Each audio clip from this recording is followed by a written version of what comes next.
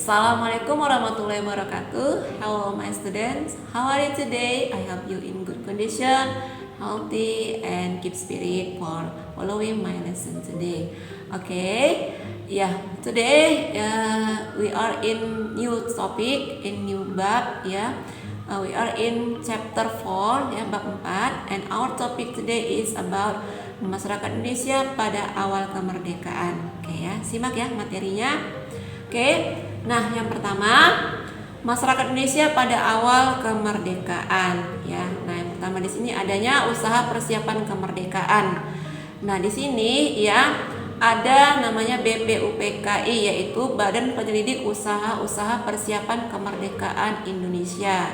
Nah, sekitar bulan Juni tahun 1944 Angkatan Perang Amerika Serikat memukul mundur Angkatan Perang Jepang di wilayah Pasifik sehingga pada tanggal 7 September 1944 Perdana Menteri Koiso menjanjikan bahwa Hindia Timur atau Indonesia akan diperkenankan merdeka Jadi seperti yang dipelajari bahwasanya Amerika dan Jepang ini terlibat dalam perang Pasifik pada masa itu, tetapi sekitar bulan Juni tahun 1944 Amerika berhasil mengalahkan atau memukul mundur angkatan perang Jepang di wilayah Pasifik.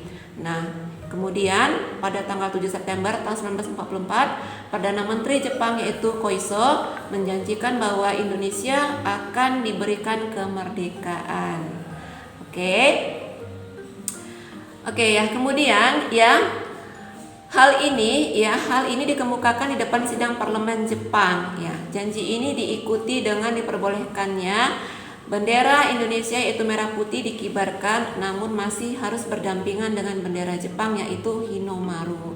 Tujuan janji Perdana Menteri Koiso untuk memerdekakan Indonesia ini adalah agar rakyat Indonesia tidak mengadakan perlawanan terhadap Jepang dan sebaliknya membantu Jepang dalam melawan sekutu, yaitu di sini adalah Inggris dan Amerika. Nah, kemudian janji Perdana Menteri Koiso untuk memberi kemerdekaan kepada Indonesia ini diikuti dengan adanya pengumuman pembentukan BPUPKI, yaitu Badan Penyelidik Usaha-Usaha Persiapan Kemerdekaan Indonesia, atau bahasa Jepangnya adalah Dokuritsu Junbi Chosakai. Nah, itu dia Badan ini bertujuan untuk mempelajari hal-hal penting mengenai masalah tata pemerintahan Indonesia merdeka. Pengumuman pembentukan BPUPKI ini terjadi pada tanggal 1 Maret 1945 disampaikan oleh Panglima Angkatan Darat ke-16 Jepang yaitu Letnan Jenderal Kumakichi Harada. Jadi pembentukan BPUPKI ini ini sendiri adalah dilakukan oleh orang Jepang sendiri dan ini bertujuan untuk mempelajari hal-hal penting mengenai masalah tata pemerintahan Indonesia merdeka. Kemudian anggota BPUPKI ini terdiri atas 60 orang tokoh bangsa Indonesia dan 7 orang bangsa Jepang. Tetapi di sini posisinya bangsa Jepang tidak memiliki hak suara Sebagai ketuanya ditunjuk yaitu Rajiman Weddiodiningrat, yaitu seorang nasionalis tua, dan wakil ketuanya adalah R. Suroso dan juga seorang dari orang Jepang yaitu Ichiba Ngase, seperti itu. Walaupun BPUPKI ini adalah hasil pembentukan dari orang Jepang, tetapi ketuanya adalah seorang bangsa Indonesia yaitu Dr. Rajiman Weddiodiningrat, dan wakil ketuanya adalah R. Suroso, dan juga ada orang Jepang yaitu Ichiba Ngase.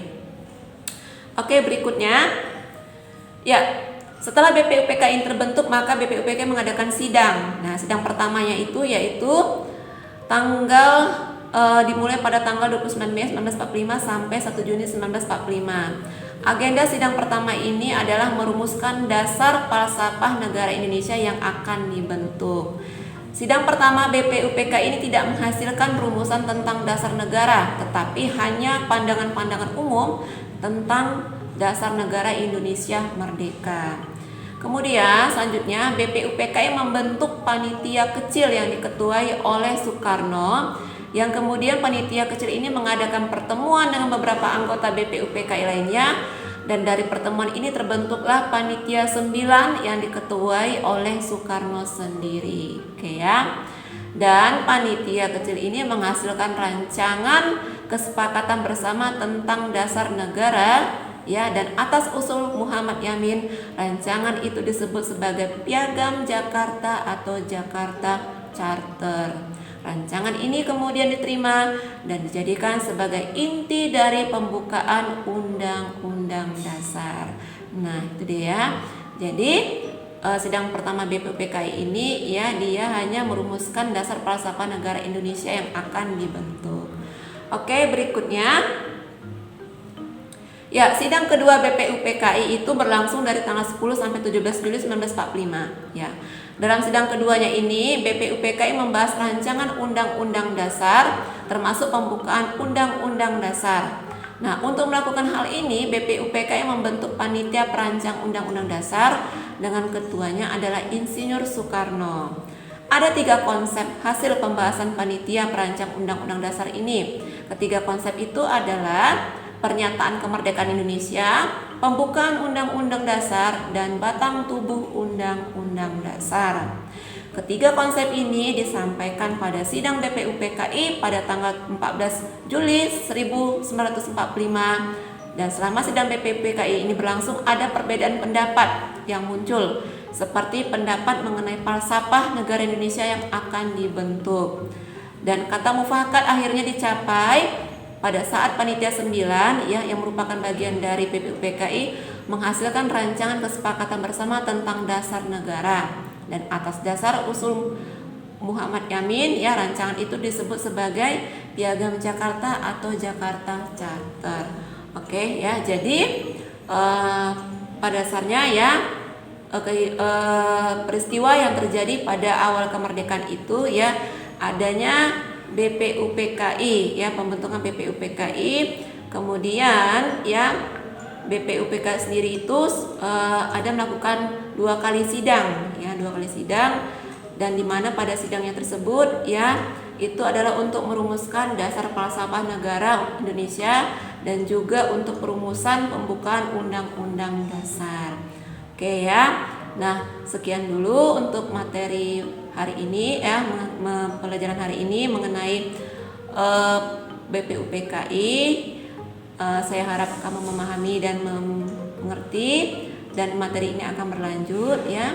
Keep clean, healthy, and always prayer. Assalamualaikum warahmatullahi wabarakatuh.